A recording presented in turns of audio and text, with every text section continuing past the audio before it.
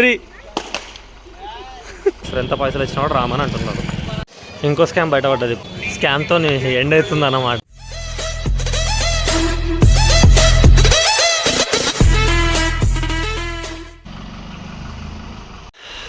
Good evening gas, welcome back once again. So ఈరోజు మనం వెళ్తున్నాం ప్రయాగ్రాజ్ మహాకుంభమేళాకి అన్నమాట. సో డైరెక్ట్ కట్ పాయింట్కి వచ్చేసాం. ఆన్ ద స్పాట్ ప్లాన్ అయిపోయింది. ఇంకో మా అరవింద్ బ్రో, మా మిగిలిన బ్రోస్ అందరికంటే చిన్న నేను లిటరలీ మా అన్న వాళ్ళ ఫ్రెండ్ గ్యాంగ్, మొత్తం ఫ్రెండ్స్ గ్యాంగ్ ఇది. So on the spot plan అయిపోయింది. 2 కార్లు, ఒకటి ఇనోవా అండ్ ఒకటి క్రెటా అన్నది ఇనోవా అన్న వాళ్ళ ఫ్రెండ్ది. So let start. చూద్దాం ఎట్లయితుంది అనేది ట్రిప్ అనేది.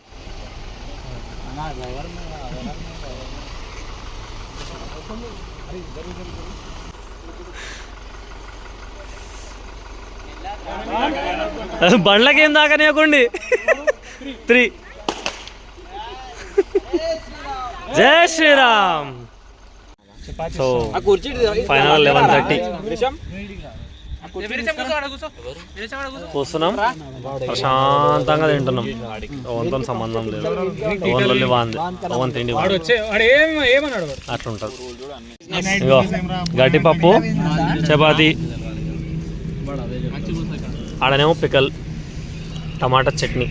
మా భాషలో పండగ చేసుకుంటారు మా వాళ్ళైతే పోయి కూర్చొని.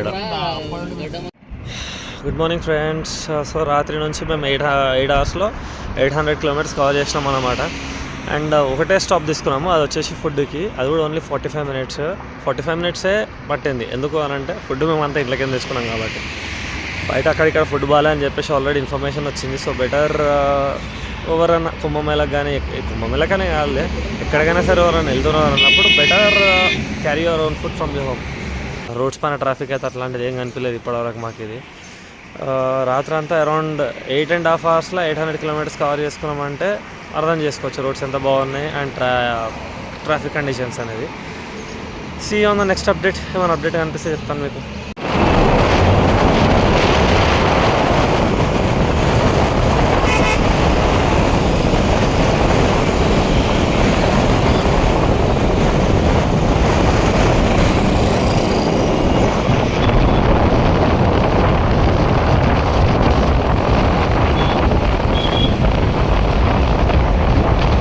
ప్రయాగ్రాజ్ వచ్చే వాళ్ళందరికీ మేజర్ అప్డేట్ పార్కింగ్ గురించి. ఎందుకంటే దగ్గర 1.5 hours 2 hours పిచ్చి కుక్కల లెక్క తిరిగినాం మేము. లాస్ట్కి ఫ్రెండ్స్కి వీళ్ళకి ఫోన్లు కొడుతూ ఉంటే ఒక్క ప్లేస్ దొరికింది. పిచ్చ ఖాళీగా ఉంది ప్లేస్ ఇది, బట్ ఎవ్వరు తెలియదు పార్కింగ్ ఉందని చెప్పేసి. ప్రపంచం అంతా తిరుగుతున్నారు ఒక్కొక్కరు. సో దీని పేరు వచ్చేసి చూపిస్తాను ఆగండి. కుంభమేళా వచ్చే వాళ్ళందరికీ పార్కింగ్ ప్లేస్ అన్నమాట ఇది. మేము ప్రజెంట్ వచ్చేసి 1.5 hours తిరిగిన తర్వాత ఇగో ఈ ప్లేస్లోకి వచ్చేసి పార్కింగ్ చేసినాము. ఇదంతా ఒక 80% వేకెన్సీనే ఉంది, 20 to 30% మాత్రమే ఫిల్ అయింది. సో ప్రజెంట్ ప్రయాగ్రాజ్లో ఎవరైతే పార్కింగ్ గురించి బాధపడుతున్నారో, ఈ నేను పెట్టిన స్లిప్ అవుతుందో ఆ లొకేషన్ మీరు గూగుల్లో కొట్టిన కూడా వచ్చేస్తుంది. ఫైనల్గా పార్కింగ్ చేసేసుకొని కొంచెం ఫుడ్ కడుపులో వేసేసుకొని బయటపడ్డాం అరేల్ ఘాట్కి. సో అరేల్ ఘాట్ ఇక్కడ నుంచి మాకు వచ్చేసి అరౌండ్ 1.8 kilometers ఉంది. బై వాక్ స్టార్ట్ చేసినాము, ఎందుకంటే బండి తీసుకొని అయితే పోలేము. పోయిన తర్వాత డుక్కి కొట్టాలంట, ఏం చేసామో చూద్దాం. సో క్రేజీ ట్విస్ట్ తెలిసింది ఏంటంటే 6 o'clockకి బోట్స్ అనేవి క్లోజ్ అయిపోతాయంట. సంఘంలోకి ఎవరికైతే త్రివేణి సంఘం లోపలికి పోయి చూడాలి, అక్కడ స్నానం చేయాలి, బయటికి రావాలనుకున్న వాళ్ళు మాత్రం please do visit before 6 o'clock. 6 o'clock తర్వాత మీకు ఏం బోట్స్ కానీ ఏం కానీ ఉండే జస్ట్ ఘాట్ దగ్గరికి వెళ్ళేసి స్నానం చేసేసి రావాలి. నాకు తెలిసి త్రివేణి సంఘం దగ్గరికి వెళ్తే కనిపిస్తుండొచ్చేమో, అంటే సంగమం అనేది కనిపిస్తుండొచ్చేమో అన్న ఒక థాట్, అన్న ఒక హోప్ తోటి ఇప్పుడు మేము ఉన్న ప్లేస్ నుంచి 8 kilometers బై వాక్ నడుచుకుంటూ వెళ్తున్నాం. ఇంకా ఎందుకంటే ఆటోస్ అక్కడ వరకు తీసుకొని వెళ్ళారంట. ఆటోస్ హార్డ్లీ ఒక 1.5 kilometers వరకే పోతాము. And specially Triveni Sangamam side అంటే మాత్రం మేము రామని ఓపెన్గా అయిపోతుంది, అది పరిస్థితి. సో అరేల్ ఘాట్కి స్టార్ట్ అయిన మా ప్రయాణం, ఆటోవాడు 10 members 500 ఛార్జ్ చేస్తుండే. బేరం ఆడితే 400కి వచ్చిండు. అది కూడా తిప్పి ఒక ప్లేస్కి తీసుకొని వచ్చిండు. ఆ ప్లేస్ నుంచి మళ్ళీ మేము నడుచుకుంటూ వెళ్ళాలని చూస్తే 1.5 kilometers ఉంది. మేము ఏదైతే ఆటో ఎక్కినామో ఆడ నుంచి సేమ్ అరేల్ ఘాట్ లొకేషన్ చూస్తే అరౌండ్ 1.8 ఉంది, అంటే ఒక 300 meters తేడా ఉంది అంతే. దానికి కుట్టిగా కుద్దరికి 400 ఇచ్చేసి వెళ్తున్నాం ఇప్పుడు. సో ఎవరైనా వచ్చేటోళ్ళు ఉంటే ఈ స్కామ్ నుంచి చూసుకొని బెటర్ నడుచుకుంటూ వెళ్ళిపోండి. ఎడుకోవాలన్నా సరే తిరిగి 1.5 కిలోమీటర్ ముందే ఆపేస్తారు వాళ్ళు. సో నడుచుకుంటూ వెళ్ళాల్సిందే. ఇప్పుడే నడుచుకుంటూ పోతున్నాము. మా వాళ్ళందరూ ముందర పోతున్నారు. నేను ఇంకా మా హరి బ్రో నడుచుకుంటూ వెనకాల మెల్ల పోతున్నాం. వాడు బండి మీద వచ్చిండు, ఆగేసి అరల్ ఘాట్ సంఘంకేనా అని అడిగిండు. అవును అని అన్న తర్వాత బండి ఎక్కువ వదిలేస్తా అనంట. నన్ను వద్దు భయ్యా అని వెళ్ళిపోయాడు. బట్ కరెక్ట్గా ఆలోచిస్తే ఇక్కడ క్లారిటీ ఏంది అని అంటే, మేము వచ్చి దగ్గర 2 to 3 hours అయిపోతుంది. ఒక్కడు హెల్మెట్ పెట్టుకొని తిరిగి చూడలే, వాడు మాత్రం స్పెషల్గా హెల్మెట్ పెట్టుకొని బండి మీద వచ్చిండు. ఆడే డౌట్ కొట్టింది ఏదో తేడా ఉందని, స్కామ్ అని. సో మీకు వాడు మేము బాంతో పోతే ఏమవుతుండేనో అని మీకు ఏమైనా అనిపిస్తే మాత్రం కింద కమెంట్ సెక్షన్లో పెట్టండి, చూద్దాం.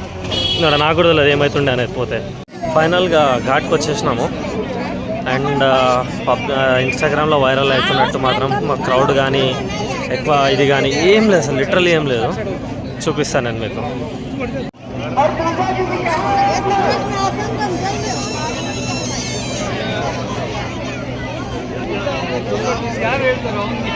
మా వాళ్ళు ఏం చేస్తారు ఏమవుతుందో నాకేం అర్థమవుతలే. ఇప్పుడు మేము ఒక సైడ్ ఘాట్కి ఒక సైడ్ ఉన్నాము, అరేల్ ఘాట్ దీని పేరు. మేము ఇటు సైడ్ నుంచి ప్రయాగ్రాజ్ బ్యాక్ సైడ్ మీకు లైట్స్ కనిపిస్తున్నాయి కదా, ఆ ఘాట్ సెక్షన్కి వెళ్తున్నాం అనమాట. అది కూడా బై వాక్. అరౌండ్ ఒక 45 minutes వాక్ చూపిస్తుంది మ్యాప్లో. ఎందుకంటే కార్స్ నాట్ అలౌడ్, ఆటోస్ కానివ్వండి, ఎటువంటి ట్యాక్సీస్ కానీ, only government vehicles and local UP బండ్లు తప్ప మిగిలిన ఏ బండ్లు కూడా నాట్ అలౌడ్, ఏ ఘాట్ సెక్షన్లలో కూడా. So let's see. మధ్యలో బ్రిడ్జ్ ఉందంట, ఏది మ్యాన్ మేడ్ బ్రిడ్జెస్. అవే ఇప్పుడు టెంపరీగా బ్రిడ్జెస్ కట్టినామని చెప్పేసి వస్తున్నాయి కదా.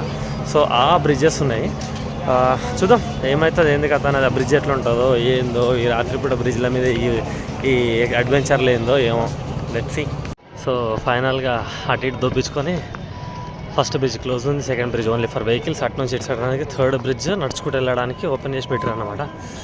సో థర్డ్ బ్రిడ్జ్ ఎక్కినాము. ఈ థర్డ్ బ్రిడ్జ్ ఎక్కిన తర్వాత ఇప్పుడు స్టంట్ ఏంటంటే, ఇటు సైడ్ నుంచి డైరెక్ట్ ఘాట్, అక్కడ సైడ్ ఘాట్కి వెళ్ళిపోయి అక్కడ నుంచి మేము ఏదైతే వెళ్దాం అనుకున్నామో ఆ ఘాట్ సెక్షన్కి వెళ్ళాలంటే మళ్ళీ ఒక 4 kilometers నడవాలి. దగ్గర ఆల్రెడీ ఇప్పటికే 5 kilometers వాకింగ్ అయింది, అక్కడ 4 kilometers. దీని అమ్మ 9-10 kilometers నడుస్తున్నాం ఈరోజు. ఈ నడవడానికి ప్రిపేర్ అయి ఉన్న వాళ్ళు మాత్రమే రండి నన్ను అడిగితే. ఎందుకంటే ప్రజెంట్ నడవలేకపోతే మాత్రం కొంచెం కష్టమే, కండిషన్స్ అంతా బాగాలేవు. నేను వచ్చిన టైంకి కండిషన్స్ అంతా బాగాలేవు, మీరు వచ్చిన టైంకి ఒకవేళ బాగుంటే it's your luck.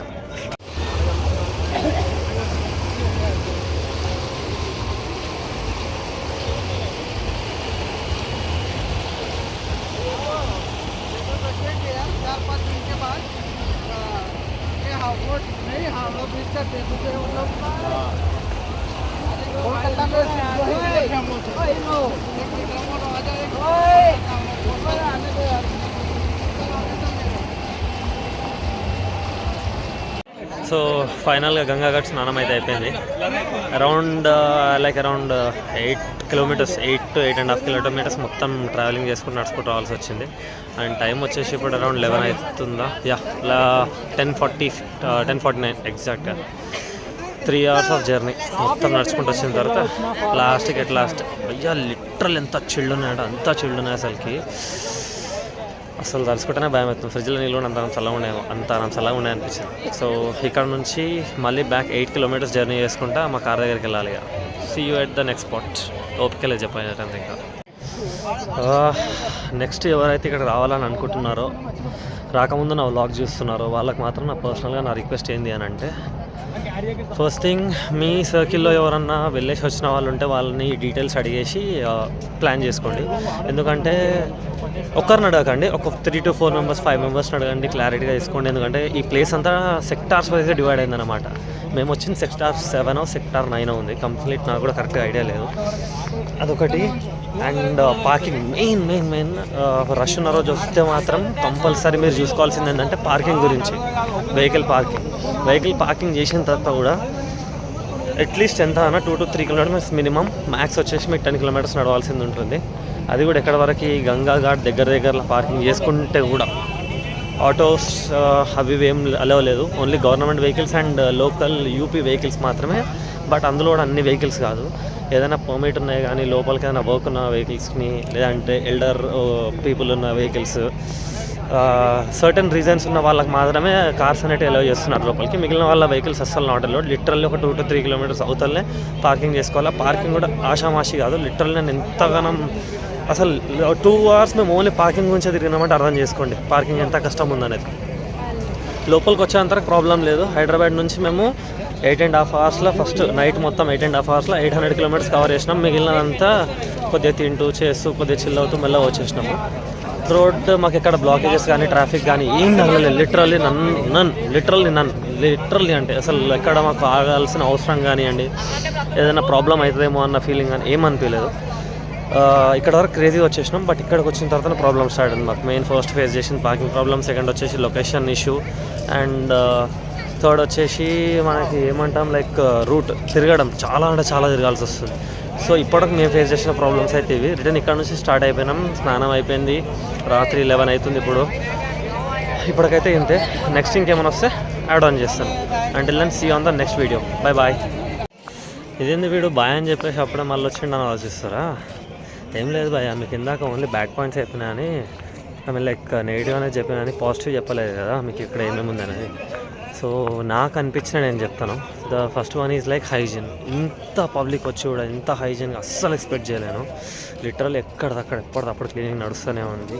And second వచ్చేసి వాష్రూమ్స్, ఫీమేల్స్కి అండ్ మేల్స్కి ఎవరికైనా కానివ్వండి వాష్రూమ్స్ చాలా ప్రాబ్లం అవుతాయి. అడుగడుగున వాష్రూమ్స్ ఉన్నాయి, చాలా అంటే చాలా బెటర్ అది. అండ్ దాని తర్వాత వచ్చేసి సెక్యూరిటీ సిస్టమ్. ఇక్కడ అడుగడుగున పోలీసు వాళ్ళు, లైక్ ఇప్పటివరకు నాకు తెలిసి ఎక్కడ కూడా ఇక్కడ పోలీసు వాళ్ళు లేరు అన్న ఫీలింగ్ అయితే లేదు. ప్రతి ప్లేస్లో పోలీసు వాళ్ళు ఉన్నారు. కొన్ని ప్లేసెస్లో అయితే మఫ్టీలలో కూడా ఉన్నారు. మఫ్టీలు అని చెప్పేసి వాళ్ళ దగ్గరికి వచ్చి ఆడతాయని మీకు అర్థం కాదు మఫ్టీలు అని చెప్పేసి. అండ్ దీని తర్వాత వచ్చేసి స్టేకి వచ్చేసి ఇక్కడ టెంట్స్ ప్రొవైడ్ చేస్తున్నారు గవర్నమెంట్ తరఫు నుంచి అండ్ ప్రైవేట్గా కూడా. బట్ గవర్నమెంట్ అయితే నాకు ఇక్కడ కనిపించలేదు. మేబీ నేను చూడలేదేమో. ప్రైవేట్గా అయితే నాకు టెంట్స్ బాగానే కనిపించినాయి. ఛార్జెస్ అది కానీ నేను ఏం అడగలేదు, ఎందుకంటే మేము వెళ్ళాలన్న థాట్ లేకుండా మాకు. Like so charges I don't know. దీని తర్వాత వచ్చేసి నెక్స్ట్ ఏమన్నా వచ్చి మీకు స్టే అయిపోయింది, పోలీసు వాళ్ళు అయిపోయింది. ఇంకా ఏదైనా తీసుకోండి పోయా లైక్ ఫుడ్ అనేది మేము వచ్చిన టైంకి అయితే మేము వచ్చింది లేట్గా అయింది కాబట్టి నాకు తెలిసి ఫుడ్ ప్రొవైడ్ చేస్తున్నారు అక్కడక్కడ. బాండీలు పెద్ద కుకింగ్ అవి చూసినాము. బట్ నాకు తెలిసి మేము వచ్చే టైంకి ఫుడ్ కంప్లీట్ అయిపోయి ఉండొచ్చు. సో అందుగురించి మాకైతే ఫుడ్ ఎక్కడ కనిపించలేదు. బట్ స్టిల్ అక్కడక్కడ ప్రసాదం రూపంలో చిన్న ప్లేట్స్, ఇంతే చిన్న ప్లేట్స్ వల్ల పెట్టేసి ఇస్తున్నారు అన్నమాట. పబ్లిక్ అయినా కూడా లేట్ అయినా కూడా ఆ టైంకి కూడా ఫుడ్ అక్కడిక్కడ ప్రొవైడింగ్ అనేది అవుతుంది. కొంతమంది టీస్ ఇస్తున్నారు, చాయ్ స్పెషల్గా. నేను ఫస్ట్ టైం పోయా చాయ్ ఫ్రీగా వీళ్ళు చూస్తున్నాను. నేను చాయ్ అయితే ఫ్రీ ఇచ్చింది చూడలే. ఫుడ్ పెడతారు, నీళ్ళు పెడతారు, రసనాలు, జ్యూస్లు. హైదరాబాద్లో అయితే ఇట్లాంటి అన్ని రకరకాల ఐటమ్లు పెడతారని చాయ్ ఫ్రీ ఇచ్చింది చూడలే. ఫస్ట్ టైం నాకు అది విచిత్రంగా అనిపించింది. ఫస్ట్ పిలిస్తే భయ్యా పైసలు అంటే లేదన్న ఇది కూడా ఫ్రీ అని అన్నాడు. ఫ్రీ అని నేను షాక్ అయినా, చాయ్ కూడా ఫ్రీగా ఇస్తారా అని చెప్పేసి. అంటే ఐ నెవర్ ఎక్స్పీరియన్స్ దాట్. మీకు ఎక్స్పీరియన్స్ ఉంటే కామెంట్ చేయండి ఎక్కడ అనేది. ఇదొకటి మెల్లగా. సో ఇది అన్నమాట. Seriously it was an good experience. అసలు ఎక్స్పెక్ట్ చేయలే. బట్ ఒక్కటే నాకు నచ్చింది ఏంటంటే ఇక్కడ ఇంత నడవడం, లైక్ కిలోమీటర్స్ నడవాలి. లిటరల్లీ 8 kilometers నడిచినా వచ్చేటప్పుడు మళ్ళీ రిటర్న్ ఇప్పుడు మాకు 8 kilometers అవుతుంది. That's the only thing.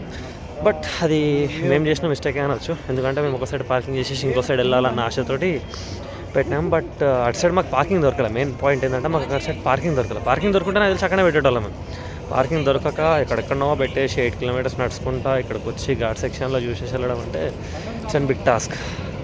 So వచ్చేవాళ్ళు ఎవరైనా సరే అదొకటి ఆలోచించుకోండి. అండ్ మిగిలినవి ఉంటే నేను రీల్స్లో పోస్ట్ చేస్తున్నాను, అవి చూడండి. See you on the next vlog.